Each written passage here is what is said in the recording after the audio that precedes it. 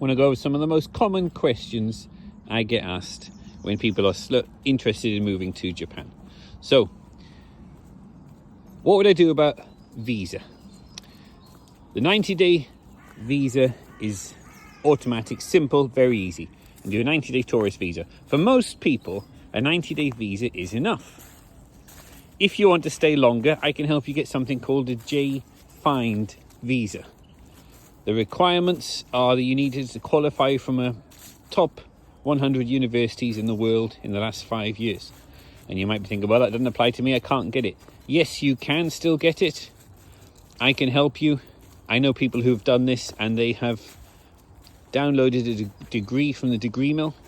It's a stupid system. It makes a mockery of the whole degree system. But you can do that. You can get it.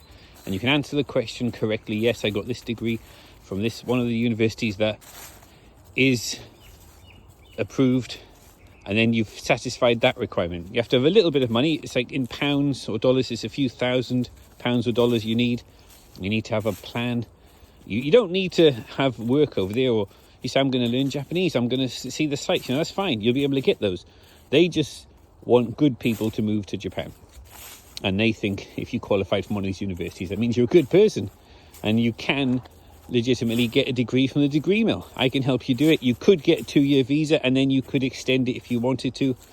It is possible. Any age. It's not like a retirement visa. You could be young, old. Anybody could do that. And you've got something called this Gaijin pass or Gaijin privilege. A lot of people don't like this, but it is true. I think my dog's got pretty privilege because she's a pretty cute dog. It's a bit like pretty privilege. If you're a Gaijin means foreigner in Japan, non-Japanese. And you've got this Gaijin pass, it is true that you can get away with stuff. I'm sorry, I didn't understand. Okay, you can get away with stuff. Now, don't abuse that. You don't want to abuse your Gaijin privilege. But the Japanese people treat Gaijin, as long as you're a good Gaijin. There's been some terrible stories of bad Gaijin making trouble in Japan. As long as you're a law-abiding citizen, you're not a criminal, you're not going to hurt people, you're not going to do anything wrong. You're going to be an asset to Japan. You're going to help. It'll be a good thing. They really do help you a lot. And you've got this Gaijin privilege. They love good Japanese. If you ask anybody, sumimasen, ikitai desu, and you ask, could I please have some help? They will all help you. And you don't abuse that. But I often get things a bit wrong. It doesn't matter. They don't mind. It's all right. He's not Japanese. It's okay. So you get to Japan either for short-term or long-term stay. The best way to fly is with these cheap China airline. It's a budget airline, very, very cheap. £300 if you know what you're doing. I can help you book the cheapest flight. About £300, £360, something like that, all in. Return flight, say 90-day return flight. And that's from London to Tokyo, Narita Airport. You get to Tokyo Airport. I'll go through everything with you. If you do a consultation with me, I'll help you sort all these things out. So your mobile phone, you can get a virtual SIM card. It's dead easy. It's very cheap. And you've got mobile coverage. Your phone will work and it's not too expensive. You can get a good deal. But you can get Wi-Fi everywhere if you want. You need to go for an unlimited data package, which I don't think you need. Go for like 20 gig, something like that. Nice big data package. And use Wi-Fi most of the time for downloading things that are more than 20 gig. Wi-Fi is everywhere in Japan. Very fast, very good. To use the train service, I've got a couple of life hacks for trains. There is things Gaijin can buy, the Gaijin pass it's called, that you can just get any trains as much as you want, but it's quite expensive. I'd say just each individual journey, you buy about 110 yen, it's about 30 pence, 30p, for the first easiest ticket that gets you into there. You go beep and you go through, and wherever you're going, you come out the other side, guys, I'm not sure how this works. There's a machine you can go to settle up, and you don't really know how it works. You pay another 110 yen to get out. And you can do that anywhere all over Japan.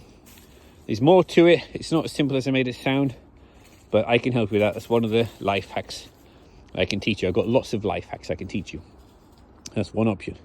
So you get to Narita, you got your phone sorted out, you pick up your bags.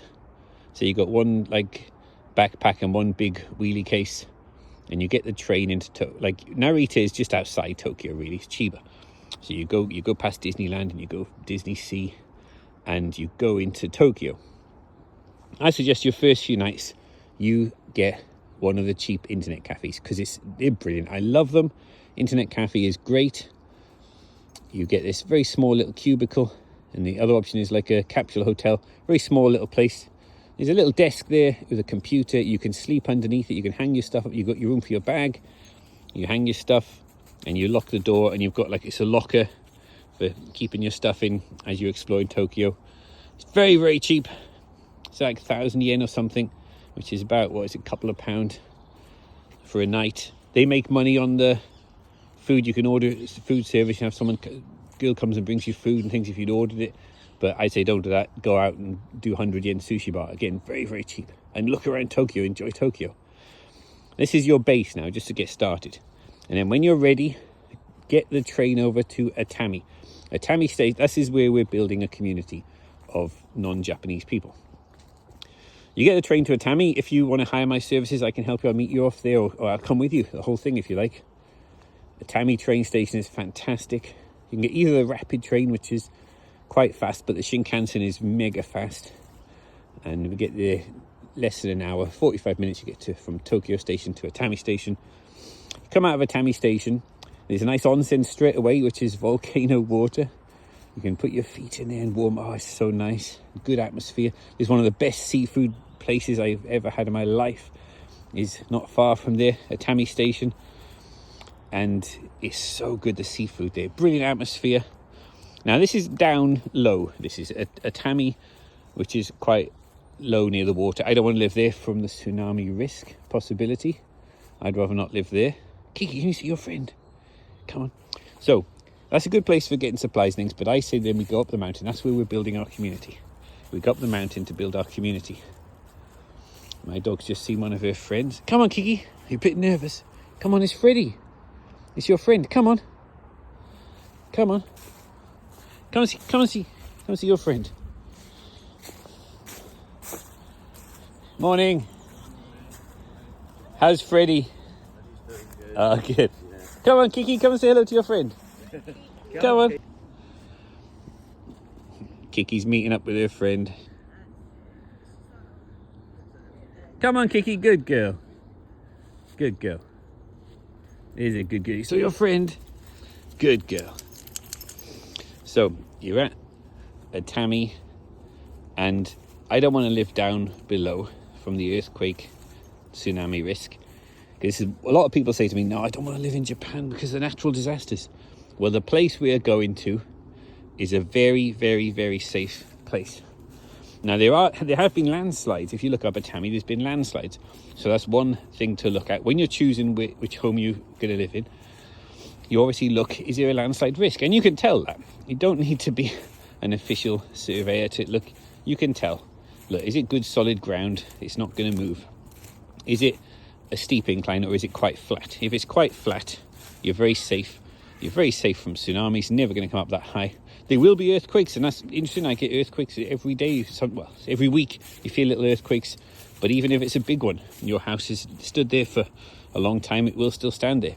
As long as there's no landslide risk, no volcano risk in Atami, there's no volcano risk of eruption. If Fuji blows, you're far enough away from Fuji, and there's no tsunami risk. So don't be low down when choosing your house. I want to be quite elevated, quite high up, and that's what we're going to be choosing. Quite high elevation. Kiki's seen another friend she wants to go see. Do you want to go see your other friend?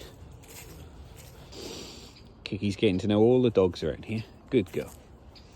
So that's one of the biggest questions I get asked. People say, no, I don't want to move to Japan because of the natural disasters. Well, the place that we're building a community is very low chance of a natural disaster. And when you come to choose your home, you'll be looking at hundreds of homes if you like. You might only need to look at less than that to choose the one you like. But we will look at the ground itself. Is it built on an incline? There's a possibility of a mudslide, earthquake, because there have been mudslides in Atami, but over the years, I think all the big ones that have happened, that will happen, have happened. But mind you, saying that, look at Sri Lanka, in places they've had some terrible mudslides recently, places they never thought they would be. So look at that, think about that when choosing your home. You want to be a nice high elevation, very safe. So if you're up there, do you need a motorcycle or a little car? Yes, you do. You know, it's a little way down to the town.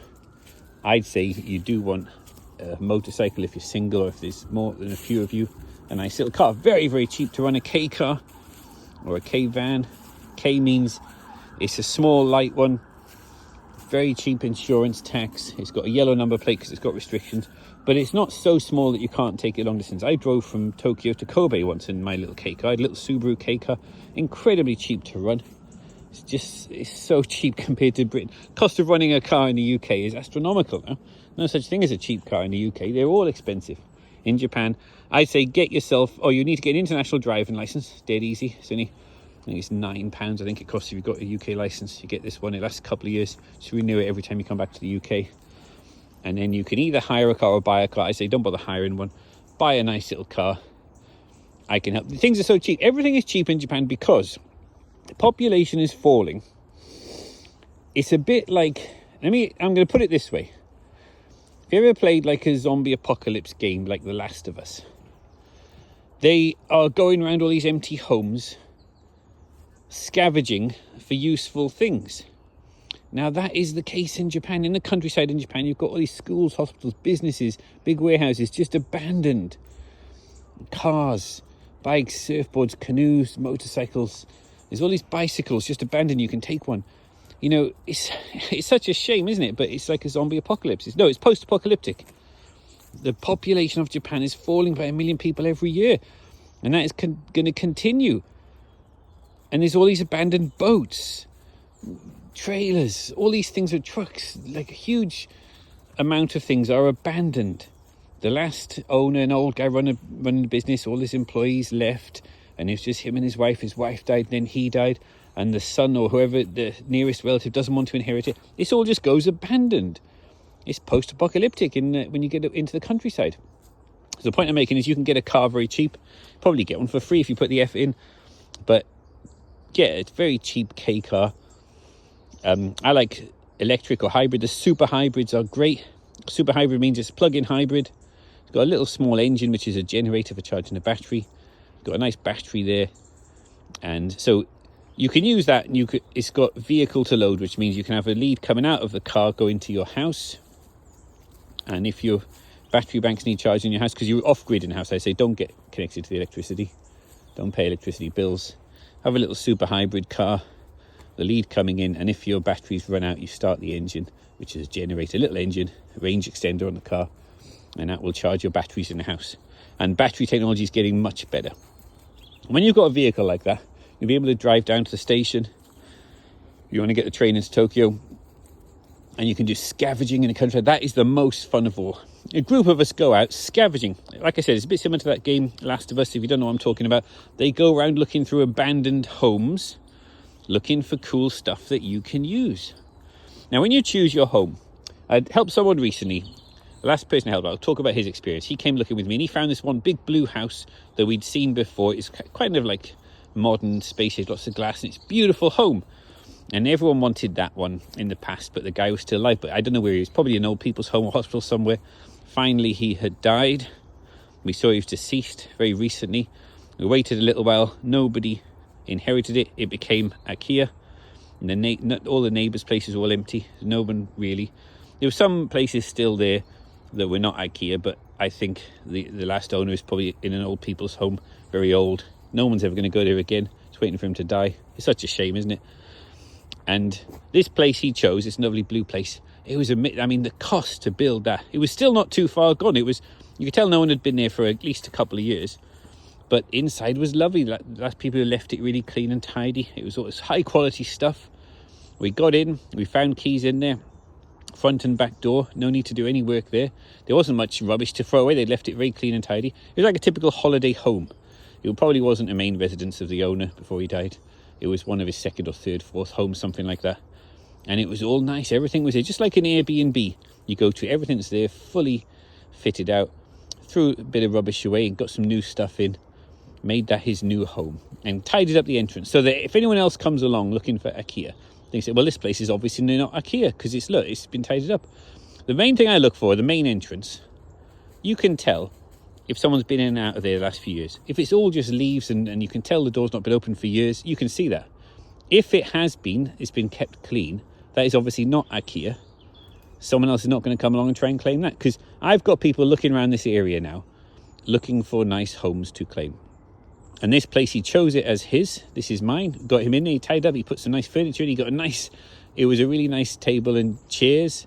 And he got this really nice table that he found and put his heavy thing. We moved it with the vehicle, put it into his new home. And that is his home now. And he goes and stays there for a couple of months every year. Sometimes he's thinking of just staying there for a long time, maybe a couple of years, because he loves it. Little K car outside. He's completely off grid. Oh, by the way, downstairs is a massive bath. It's almost an onsen. And he's got onsen water coming to the house because volcano heat. So he's got hot water on tap. He's got cold water from the mountain, spring water on tap. And he's got the gas bottles there for cooking, heating the home.